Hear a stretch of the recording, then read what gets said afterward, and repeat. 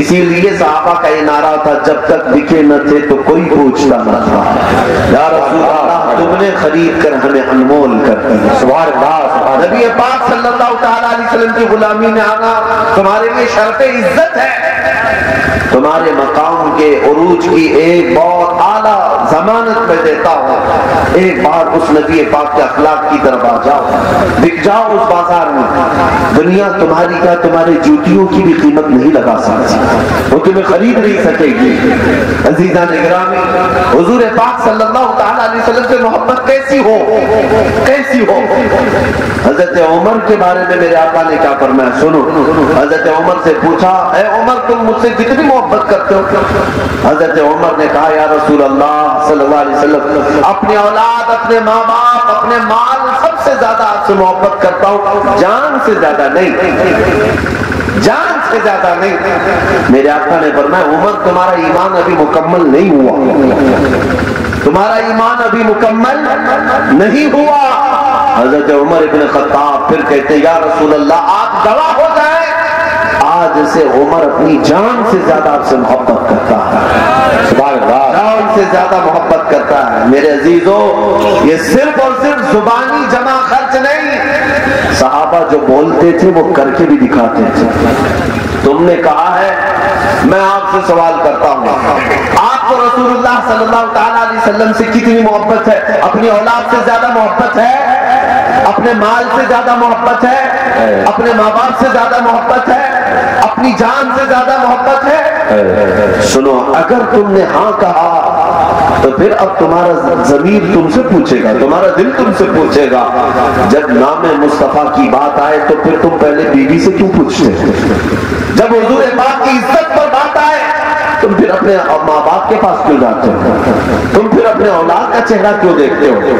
لوگ ہم سے کہتے ہیں کہ مولانا آج جو بات کر رہے ہیں وہ بڑی کٹھن ہے، سخت ہے، ایسے حالات میں ہمارے اوپر پورے گھر کا بوجھ ہے، چھوٹے بچے ہیں، بیوی ہے، ماں باپ ہیں، اور آپ ہمیں حضور پاک کی عزت کے متعلق اپنی گردن لے کر آنے کی بات کرتے ہیں۔ میرے عزیزوں، میں ان سے کہنا چاہتا ہوں، کیا صحابہ کے بیوی بچے نہیں تھے؟ کیا ان کے ماں باپ نہیں تھے؟ کیا ان کی اولاد اور ان کے مال متا نہیں تھے؟ سب تھا، لیکن وہ جانتے تھے کہ اس نام پہ مرنے کا مطلب موت نہیں، اصل زندگی۔ آج شریعہ رحمت اللہ تعالیٰ علیہ نے کیا خوب کہا ہے، جو میسج دے کر کے گئے وہ دنیا سے، یا رسول اللہ تیرے دامن کرم میں جسے نیند آ گئی ہے، تیرے دامن کرم میں جسے نیند آ گئی ہے وہ فنا نہ ہوگی، اسے زندگی ملی ہے۔ اب سنو میرے عزیزوں، حضور سے محبت کیسی کرنی چاہیے؟ ایسی محبت کرو کہ اپنے جسم کے سارے حصے بھی چلے جائیں تو نبی پاک صلی اللہ تعالیٰ علیہ وسلم کی محبت کا حق ادا نہیں ہوگا۔ حضرت خبیب ابن عدی ایک صحابی ہیں، ان کو مکہ والوں نے سولی پر چڑھایا، ان کی انگلیاں کاٹی، ناک کاٹا اور ان کے کان کاٹے، ہونٹ کاٹے اور ان پر پتھروں کی بارش کی۔ مارنے سے پہلے سولی پر چڑھا رہے، موت کے پھندے سے جانے سے پہلے اتنی تکلیفیں دی۔ پھر کسی نے کہا، اے خبیب کیا ہی اچھا ہوتا تمہاری جگہ محمد ہوتے اور تم بستر پر آرام کر رہے ہوتے۔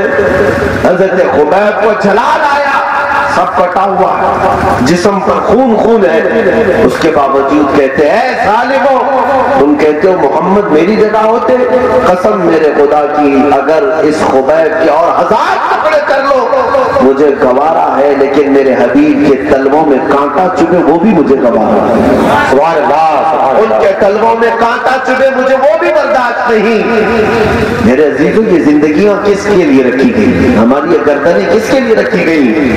حضور پاک صلی اللہ تعالیٰ علیہ وسلم کے لیے اگر دنیا سے جانا پڑے ہم فخر کے ساتھ جائیں گے، اس لیے کہ یوں بھی تو کورونا سے مرو گے یا شوگر اور بی پی سے مرو گے، جانا تو ہے ہی نہیں دنیا سے۔ چلو ٹھیک ہے، خوب پیسے جمع کر لو، اچھے سے جیو، لیکن کبھی گھر میں اٹیک آ جاتا ہے، کسی کو کینسر لگ گیا، کسی کو فالج آ گیا، اور دنیا سے تو جانا ہے۔ اسی لیے ہم کہتے ہیں کہ جب جانا ہی ہے تو نام محمد پہ کیوں نہ جائیں؟ ان کی عزت کا پرچم بلند کر کے کیوں نہ جائیں؟ اگر حضور کا نام لیتے لیتے دنیا سے گئے تو بات اتنی ہوگی کہ تمہیں بھی امام احمد رضا کے ساتھ عاشقوں کی صف میں اور خادموں کی صف میں شمار کیا جائے گا۔ عزیزان گرامی وقار، رسول پاک صلی اللہ تعالی علیہ وسلم اپنے غلاموں کی آنکھ بھی دستگیری کر رہے تھے۔ کاش یہ احساس ہمیں پھر سے بیدار ہو جاتا۔ آج میں آپ کو بتاؤں، تمہارے درد کا درماندہ کوئی اور نہیں، تمہارے دکھی دلوں کو اگر کوئی سہارا دے سکتا ہے وہ صرف تاجدار مدینہ کی ذات ہے۔ سبحان اللہ۔ آج لوگ بھٹکے ہوئے ہیں، بھڑکے ہوئے ہیں اور ادھر ادھر کی طرف توجہ کیے ہوئے۔ میں ان نوجوانوں سے کہتا ہوں، تم کس کے پیچھے چل رہے ہو؟ آج اپنے غموں کی داستانیں پتہ نہیں مالداروں کو سنا کر کے کچھ لوگ یہ سمجھتے ہیں ہماری غم کی داستان سننے کے بعد وہ ہمارے حالات اچھے کر دیں گے۔ نیتاؤں کے گھر کے چکر کاٹ کاٹ کر کے کئی لوگوں کی عمریں ختم ہو گئی، وہ یہ سمجھتے ہیں کہ ہماری غریبی ان کے در سے ختم ہو جائے گی، ان کی ایک نظر ہمارے اوپر اٹھ جائے ساری پریشانیاں ختم ہو جائیں گی۔ کبھی نہیں ہوتی یہ پریشانیاں ختم۔ ان دنیا داروں کی نظر تم پر پڑتی ہے تو پریشانیاں اور جنم لیتی ہیں، اور جنم لیتی ہیں۔ تمہاری دستگیری اور تمہاری بے کسی اگر کوئی دور کر سکتا ہے وہ صرف ہمارے مصطفیٰ کی ذات ہے۔ اسی لیے اعلیٰ حضرت نے یہ میسج دیا تھا، آج لے ان کی پناہ آج مدد مانگ ان سے، آج لے ان کی پناہ آج مدد مانگ ان سے، پھر نہ مانیں گے قیامت میں اگر مان گیا۔ اے میرے عزیزو، جانتے ہو آج امت اس قسم پرسی کے عالم میں ہے۔ مجھے اگر پوچھو گے، میں نے علاج و معالجے کے لیے بڑے بڑوں کے دروازے کبھی نہیں کھٹکھٹائے، بلکہ امام اہل سنت فاضل بریلوی نے جو ہمیں تعلیمات دی تھی انہی تعلیمات پر آج بھی یہ فقیر عمل کرتا ہے۔ رات کا اندھیرا ہو جائے تو میں اگر کسی کو پکارتا ہوں تو وہ صرف تاجدار مدینہ کی ذات ہے۔ امت کی دستگیری کے لیے ہم اسی نبی کو پکارتے ہیں۔ اعلیٰ حضرت نے ہمیں یہ سکھایا تھا، یوں ہی پکارا کرو حضور پاک کی بارگاہ میں، بد ہے تو آپ کے، بھلے ہیں تو آپ کے۔ یا رسول اللہ، ٹکڑوں پہ یہی کے پلے ہیں، رخ کدھر کریں؟ تجھ سے جو منہ چھپائیں تو کریں کس کے سامنے؟ کیا اور کسی سے توقع نظر کی ہے؟ حبیب اللہ، آقا، ہم گندے نکمے کمی، مہنگے ہیں کوڑی کے تین، کون ہمیں پالتا تم پہ کروڑوں درود، مارو بے تمیز کس کو ہوئے ہیں عزیز، ایک تمہارے سوا، تم پہ کروڑوں درود، کر کے تمہارے گناہ مانگے تمہاری پناہ، اور تم کہو دامن میں آ تم پہ کروڑوں درود۔ وہ ایک ہی ذات ہے جس کو آج بھی ہم پکار کر کے اپنی مدد حاصل کر سکتے ہیں۔ اعلیٰ حضرت رضی اللہ تعالیٰ عنہ کا مشن بھی یہی تھا۔ سید عمار عربی رحمۃ اللہ تعالیٰ علیہ نے ایک میسج دیا تھا، کسی کی جے وجے کیوں پکارے کیا غرض ہم کو، کسی کی جے وجے کیوں پکارے کیا غرض ہم کو، ہمیں کافی ہے سید اپنا نعرہ یا رسول اللہ، ہمیں کافی ہے سید اپنا نعرہ یا رسول اللہ۔ ایک غریب شخص، ایک غریب آدمی، میں آپ کو بتاؤں کہ حضور پاک صلی اللہ تعالیٰ علیہ وسلم کی دستگیری، حضرت ابو حفص سمرقندی رحمۃ اللہ علیہ فرماتے ہیں، مکہ میں ایک شخص رہتا تھا، اچانک اس کا انتقال ہوا، اور انتقال ہوا تو اس کا چہرہ گدھے کی طرح بن گیا، شکل بدل گئی۔ اس کا جوان بیٹا تھا، بیٹا ڈر گیا باپ کی صورت کو دیکھ کر، میت کو دیکھ کر، یہ باپ کی صورت بدل گئی ہے، کیسے اٹھاؤں، قبرستان کیسے لے جاؤں، لوگوں کو کیسے بلاؤں؟ دروازہ بند کر دیا، کسی کو آنے نہیں دیا، کہا کہ اگر میں اپنے باپ کا چہرہ لوگوں کو دکھاؤں گا تو مجھے کیا کیا تانے ماریں گے لوگ، چہرہ گدھے کی طرح نظر آ رہا ہے مرنے کے بعد۔ گھر کی عورتوں کو بھی سمجھایا اندر ہی بیٹھے رہو۔ تھوڑی دیر کے بعد اس نوجوان نے یہ فیصلہ کیا کہ گھر کے اندر ہی ایک گڑھا کھودوں گا، ایک کھڈا کھود کر کے اپنے باپ کی لاش کو اس میں دفن کر دیتا تاکہ کسی کو پتہ نہ چلے، پتہ نہیں میرے باپ کا کیا گناہ تھا جس کی وجہ سے میرے باپ کی لاش مرنے کے بعد اس کا چہرہ بدل گیا۔ وہ روتا روتا بیٹھا تھا، کافی دیر تک بیٹھا تھا۔ تھوڑی دیر کے بعد گھر کے پیچھے کا دروازہ کھلا، اچانک دروازہ کھلا اور ایک بزرگ گھر کے اندر آئے، ان کے چہرے پر چادر پڑی ہوئی تھی، وہ سیدھے اس میت کے پاس گئے جہاں وہ سویا ہوا تھا، اور یہ نوجوان سامنے بیٹھا منہ جھکائے رو رہا تھا۔ وہ آنے والے بزرگ اس میت کے چہرے سے چادر ہٹاتے, اپنا ہاتھ اس کے چہرے پر پھیرتے اور اس کے بعد چادر اوڑھا دی. پھر اس نوجوان کی طرف مخاطب ہو کر کے پوچھنے لگے, اے جوان لڑکے کیوں ہو رہا ہے, تو کیا بات ہے؟ اس نے سر نہیں اٹھایا اور کہا کہ آپ دیکھتے نہیں, میرے باپ کے انتقال کے بعد چہرہ بدل گیا ہے.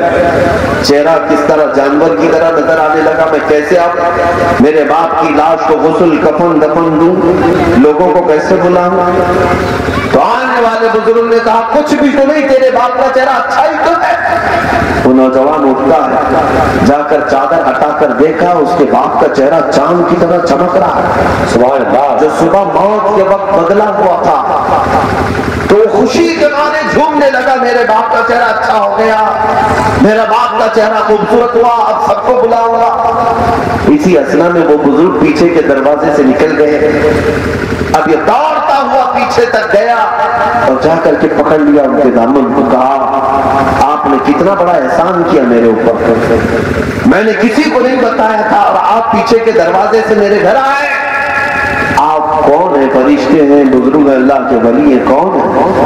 آنے والے بزرگ نے چہرے سے چادر ہٹا کر کہا انا محمد رسول اللہ. سبحان اللہ, سبحان اللہ, میں محمد اللہ کا رسول ہوں. اللہ اکبر. وہ سنتے ہی اس کے جسم پہ کپ کپی تاری ہو گئی, بھاشا تاری ہوا. پوچھا یا رسول اللہ بھی وہ امی فدا, آپ کا تشریف لانا.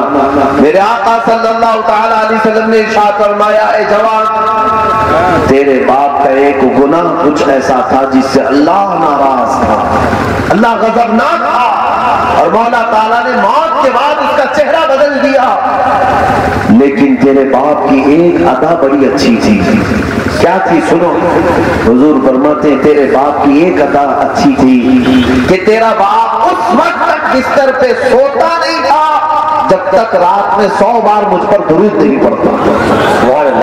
روزانہ اس کا معمول تھا تیرے باپ کا, اس وقت تک سوتا نہیں تھا جب تک 100 بار مجھ پہ درود نہیں پڑتا تھا. سبحان اللہ. یہ کون بتا رہا ہے؟ خود رسول پاک صلی اللہ علیہ وسلم بتا رہے ہیں. اور پھر ارشاد فرماتے آج تیرے باپ کی موت ہوئی, جو فرشتہ تیرے باپ کے درود مجھ تک پہنچاتا تھا وہ فرشتہ آ کر مجھے کہنے لگا یا رسول اللہ غضب ہو گیا, جو روزانہ جس کا درود میں آپ تک پہنچاتا تھا اس کی موت ہو گئی, لیکن اللہ کی ناراضگی اور اللہ کا جلال کہ اس کے چہرے کو بدل دیا گیا ہے.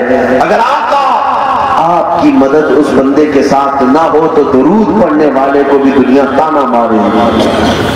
میرے آقا صلی اللہ تعالیٰ علیہ وسلم فرماتے ہیں میں اپنی قبر سے چل کر کے آیا اور تیرے گھر آ کر تیرے باپ کے چادر کو ہٹا کر سر اس کے چہرے پر میں نے ہاتھ رکھ کر بارگاہ الہی میں عرض کیا مولا یہ وہ چہرہ ہے جو مجھے رات کو درود بھیجتا تھا, بس میں نے اس کے چہرے پر ہاتھ رکھا تو اس کے چہرے کو صحیح سلامت بنا دے. رب ذوالجلال نے میرے ہاتھ کی برکت سے تیرے باپ کے چہرے کو چاند کی طرح چمکدار بنا دیا.